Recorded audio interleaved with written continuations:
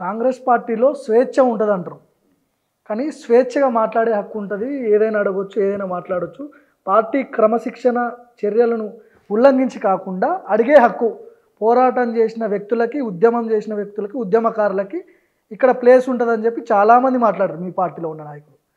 దయాకర్ ఎందుకు మాట్లాడలేకపోయిండు? నాకు వీళ్ళు అన్యాయం చేస్తున్నారని చెప్పి ఎందుకు చెప్పుకోలేకపోయిండు?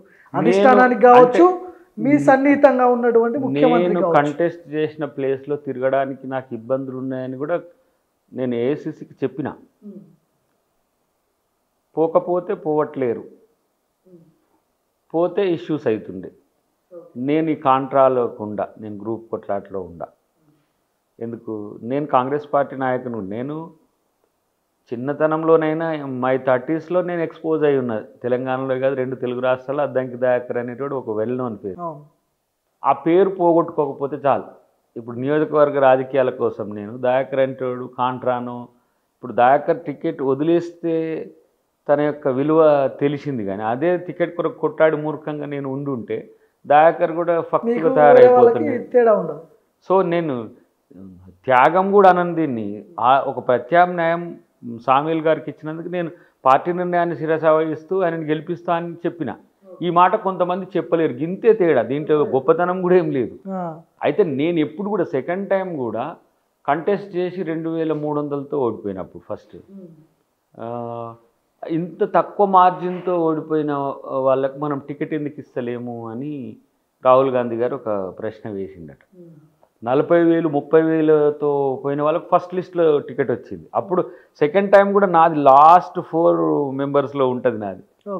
అది ఇంటర్వ్యూ రాహుల్ గాంధీ చేసి ఇచ్చిండ్రు. నేను టికెట్ అడగలేదా అంటే నేను పోటీ చేయాలన్నా వద్దా అనేది పిసిసి ప్రెసిడెంట్ గారు పార్టీ నిర్ణయం తీసుకుంటుంది.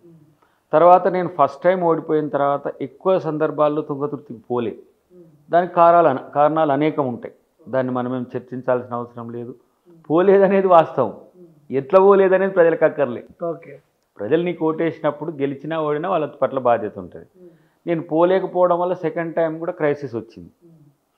అప్పుడు రాహుల్ గాంధీ గారు పిలిచింది, ఏంటి మీరు ఎంపీగా పోటీ చేస్తారా అని అన్నారు. అంటే సార్ మీరు ఏది ఆదేశిస్తే నేను దానికి చేస్తా, లేదు మీరు పోటీ చేయకుండా మనం టికెట్ ఇచ్చిన అభ్యర్థులకు ప్రచారం చేయమంటే నేను ఇప్పుడు వెళ్ళిపోతా, మీరు నాకు టికెట్ ఇస్తే నాకు టికెట్ ఇచ్చినట్టు నేను ప్రచారం చేసుకున్నట్టు నేను గెలిచే ప్రయత్నం చేస్తా.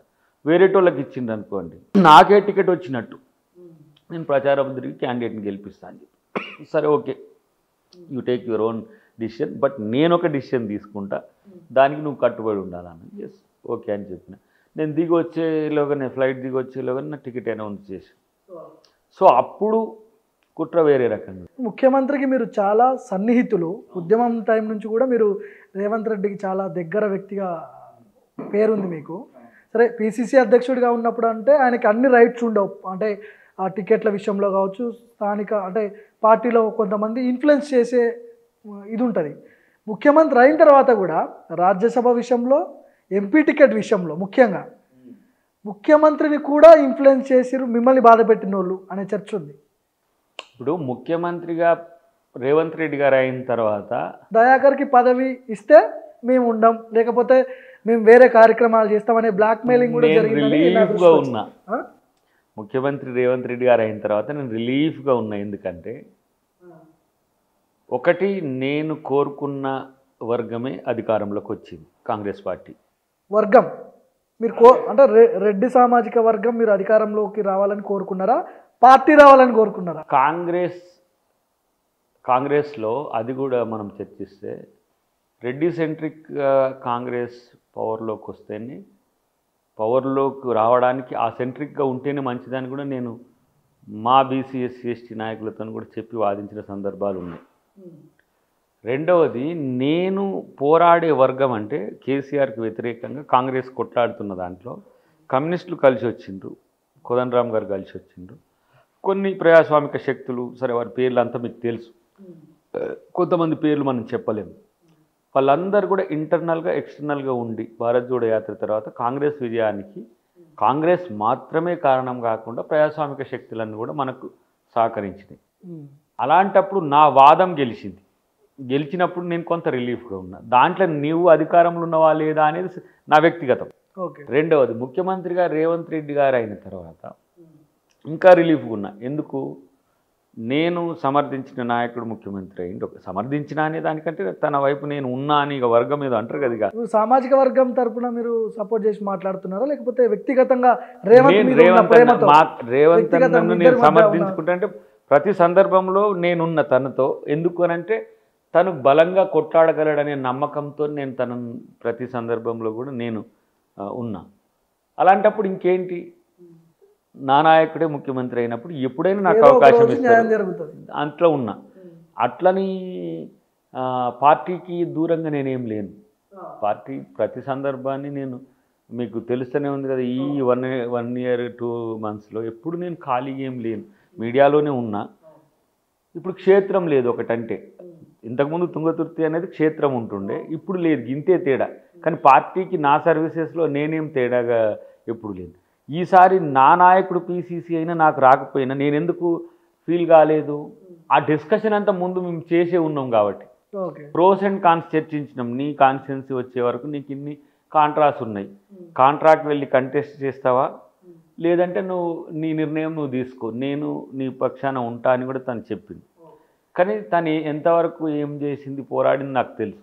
కాబట్టి నేను తనను కానీ నాకు సహకరించిన పెద్దలను కానీ నేను ఎందుకు వాళ్ళ పట్ల నేను చర్చ పెట్టానంటే దట్ ఈజ్ పాస్ట్ సబ్జెక్ట్గా అది అయిపోయింది.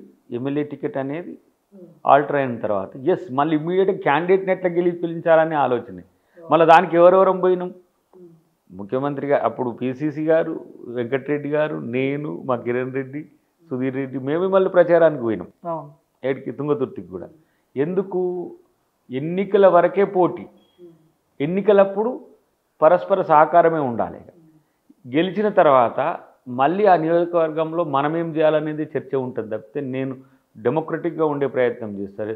థర్డ్ టైము నీకు రాకపోతే ఎట్లా అనే చర్చ కూడా జరిగినప్పుడు ఫస్ట్ పార్టీ అధికారంలోకి రావాలి.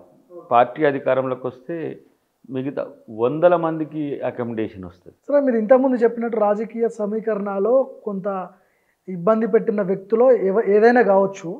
ఇప్పుడు 5 ఎమ్మెల్సీ స్థానాలు ఖాళీ అవ్వబోతున్నాయి. ఒకటి బీఆర్ఎస్కి పోతే మిగతా 4 మీకు ఉంటాయి. కొంతమంది పేర్లు వినిపిస్తూ ఉన్నాయి, ఆల్రెడీ పదవుల్లో ఉన్న వాళ్ళ పేర్లు కూడా వినిపిస్తున్నాయి ఇందులో.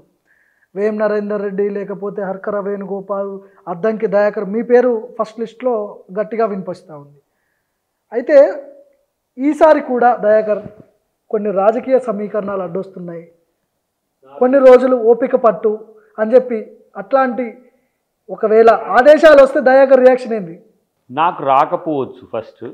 ఎందుకంటే నాకు తెలిసి ఇప్పుడు ఈ 3-4 దఫాలలో జూనియర్లు కూడా అయిపోయింది. ఇక అవును, సబ్ జూనియర్లు కూడా అయిపోయింది. సో నాది కంపల్షన్, నాది సోషల్ ఈక్వేషన్స్ ఇట్లా అట్లా ఇట్లా ఏముండదు. పార్టీ వ్యక్తిగా ఉంటుంది. ఇప్పుడు అద్దంకి దయాకర్కి ఇంకా కులం ఆపాదించే స్థితిలో సమాజం ఉందని అయితే నేను అనుకోను. ఎందుకంటే మనం చేసిన పని కౌంట్ అవుతుంది. ఒకవేళ నాకు మీరు సామాజిక వర్గమే చర్చిద్దాం. ఇప్పుడు 19 ఎస్సీ నియోజకవర్గాలు ఉన్నాయి. ఏది ఎమ్మెల్యే 19లో దయాకర్ ఒక్కడు కాలేకపోయిందా? అవును. లేదు, 3 ఎస్సీ ఎంపీలు ఉన్నాయి. 3 దయాకర్ ఒక్కడంటే 22 సీట్లలో దయాకర్ నీ లెక్క ప్రకారం చెప్పు, కాంగ్రెస్లో కొట్లాడేటోళ్ళలో ఏ దశలో ఉంటాడు, ఎంతమందిలో ఉంటాడు? కాంగ్రెస్లో కొట్లాడే గొంతుల్లో ఏ దశలో ఉంటాడు నీ అంచనా చెప్పు. ఒకవేళ మొదటి లిస్ట్లో మీ పేరు ఉండాలి, నాకు టాప్ 10 అయితే ఉంటాయి కదా. మరి ఎస్సీలో 22 లేనుగా నేను. ఇది ఇంటెన్షనల్గా డ్యామేజ్ చేసినట్టే కదా అంటున్నా నేను కూడా. నేనేమంటుండంటే ఒక ప్రత్యామ్నాయ వెసులుబాటు కోసం ఆపిండ్రు అనేది నేను అనుకుంటా. ఇప్పుడు దయాకర్ కమ్యూనిటీ తెస్తే ఇప్పుడు మాదిగానే కాదు మిగతా వాళ్ళకి కూడా చాలా వరకు కంటెస్ట్కి అవకాశం ఇచ్చిండ్రు. కొంతమందికి డబుల్ టైం కంటెస్ట్ చేసిండ్రు. నాకు కంటెస్ట్కే నాకున్న సీట్నే తీసేసి క్షేత్రము లేదు పార్టీలో. ఇప్పుడు నిన్ను ఏ హోదాలో నీతో మాట్లాడుతుంటే జనరల్ సెక్రటరీ అద్దంకి దయాకర్ అంతే. కానీ హోదా నాకు రావాల్సిన అవసరం ఉందని ముఖ్యమంత్రి గారి నుంచి అందరు అంటనే ఉన్నారు కదా.